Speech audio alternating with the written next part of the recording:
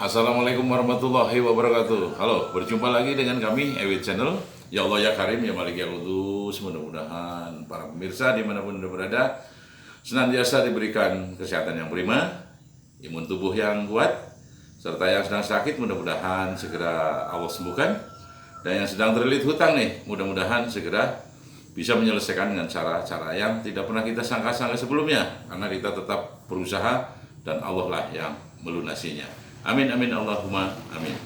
Untuk kali ini saya akan membedah tentang cerita Satrio Piningit yang tidak akan pernah kunjung padam.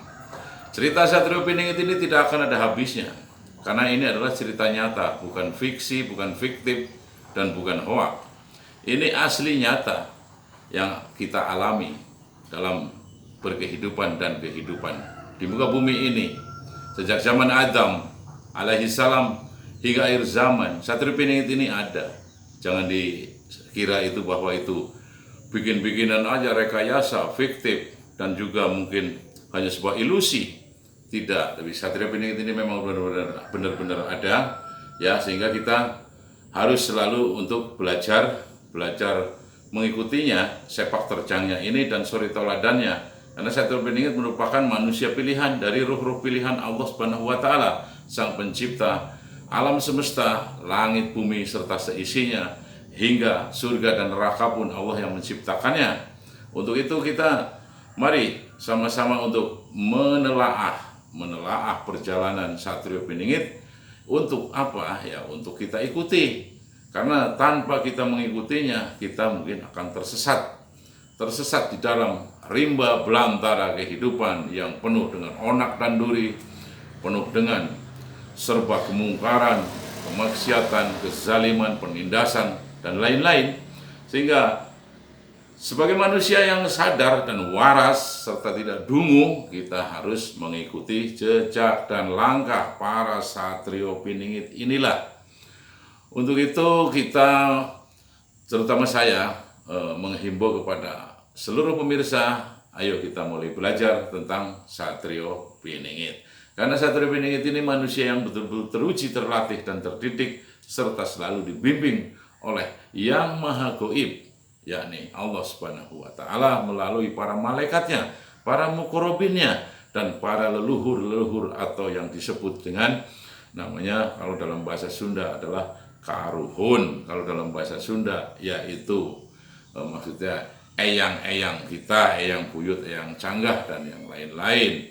Seperti sekarang inilah, bahwa apalagi kita akan memasuki kontestasi politik 2024, yang mana mulai hari ini pun, di tahun ini 2023 ini sudah mulai marak kan, sudah mulai memasuki ranah politik, sudah mulai memasuki tahun politik, yang mana mereka harus sebetulnya, mereka lah yang harus belajar tentang sepak terjang dan perilaku daripada Satrio Piningit Satrio Piningit ini. Satrio Piningit kan adalah sang kinasih, ya, manusia yang dikasihi oleh Allah Subhanahu wa Ta'ala, sehingga selalu dibimbing, selalu dibina, selalu diarahkan, dan selalu dituntun agar tidak menyimpang dari rel ilahiyah, rel yang betul-betul diridhoi oleh Sang Pencipta langit dan bumi, Allah Subhanahu wa Ta'ala. Kan semacam itu. Jadi, apalagi seorang Satrio Piningit ini harus bisa mempelajari, harus bisa mengambil saripatinya dari sebuah kehidupan untuk berperi kehidupan dalam berbangsa dan bernegara terutama. Apalagi Satrio Piningit ini kan akan menuju kepada namanya seorang pemimpin. Seorang pemimpin itu kan harus bisa memimpin dirinya sendiri dulu. Memimpin dirinya sendiri aja nggak bisa, masa mau memimpin orang lain, kan lucu gitu loh. Inilah di sini, makanya ada namanya harus menjadi otaknya waras, harus menjadi batinnya waras gitu loh. Hatinya juga waras, jiwanya waras, tidak gila. Ini kan syarat untuk menjadi Satrio Piningit gitu. Apalagi Satrio Piningit ini kan memimpin halayak ramai yang jumlahnya bukan 1-2 gitu loh.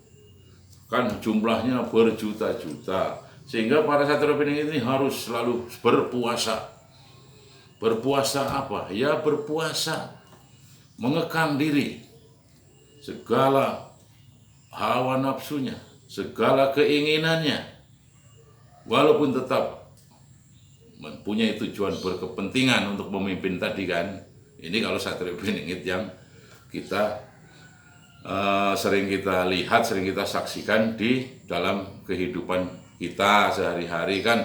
Itu mulai dari RT kan, padahal kan Satrio Piningit itu kan dari keluarga, sebagai pemimpin keluarga, RT, RW, itu lurah, camat, bupati, wali kota, terus gubernur, sampai presiden dan menteri-menterinya. Ini kan para Satrio Piningit ini. Kalau mereka tidak belajar, mereka tidak mengambil saripati dari kehidupan, akan susah nantinya, akan rancu, akan gagal, bahkan mungkin akan kacau dalam kepemimpinannya. Karena Satrio Piningit ini harus bisa merasakan, gitu, merasakan yang dipimpin itu seperti apa, bukan dirinya. Dirinya itu harus bisa bersenyawa dengan yang dipimpin. Yang dipimpinnya itu kan bagaimana setiap harinya mereka, keluh kesahnya seperti apa sih, jeritannya seperti apa, tangisannya seperti apa, rintihannya seperti apa. Nah inilah Satrio Piningit ini harus berperan semacam ini. Itu harus mempunyai rasa, kan gitu. Semuanya itu rasa. Dari mulai rakyat jelata sampai namanya nabi pun, ya kan, sampai rasul pun kan punya rasa. Raja pun punya rasa, presidennya punya rasa. Silakan saja kumpulkan semua, suruh gigit namanya cabai setan, pasti ngomong, semua ngomong pedes, kecuali yang ibaratnya koplak, ya kan, yang somplak nggak ngomong, itu kadang-kadang orang dungu gitu loh. Nah disinilah perasaan itu adalah menjadi satu kunci dalam bisa menaklukkan sebuah kepemimpinan. Nah makanya kan harus sering puasa apa ya, puasa yang telah dianjurkan oleh Rasulullah Muhammad SAW dan juga oleh Allah Subhanahu Wa Taala. Ini intinya gitu loh ya.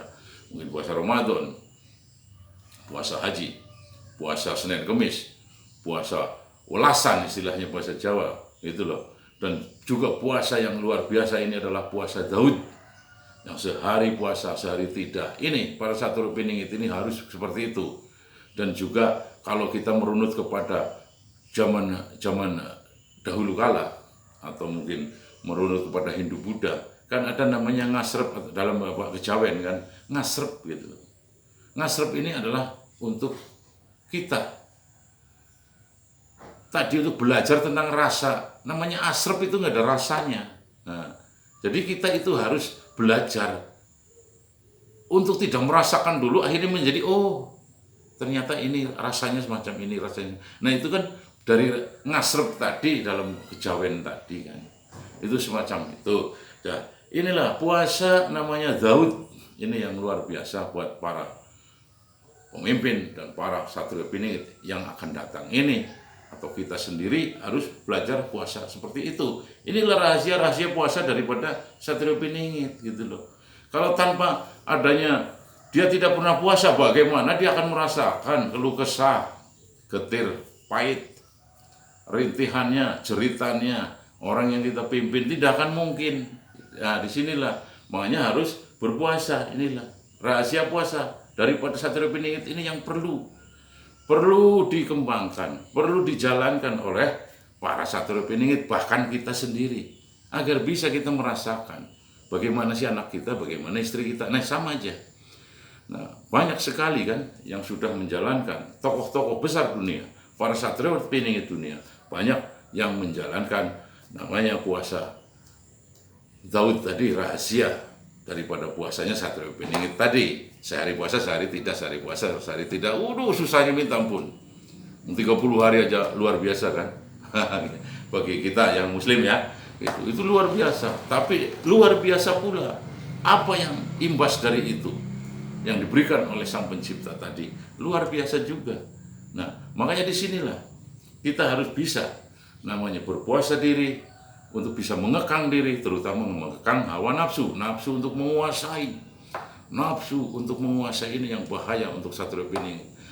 Berkuasa tapi tidak menguasai, tapi bisa menguasai hawa nafsunya sendiri, tapi untuk mengelola untuk semua dari segala bidang, dari segala sendi untuk dikelola menjadi sebuah kemakmuran. Inilah puasanya Satrio Piningit, itu agar kita tahu bagaimana jeritan masyarakat jelata yang merintih, terhimpit, merasa kesakitan, merasa penat, stres karena memikirkan itu berbagai dimensi yang tidak terpecahkan karena Satrio Piningit tidak turut memecahkan. Nah, ini yang bahayanya ketika Satrio Piningit ini tidak pernah mengerti rahasia-rahasia daripada puasa. Mungkin cukup sekian dan terima kasih. Wabillahi taufiq wal hidayah.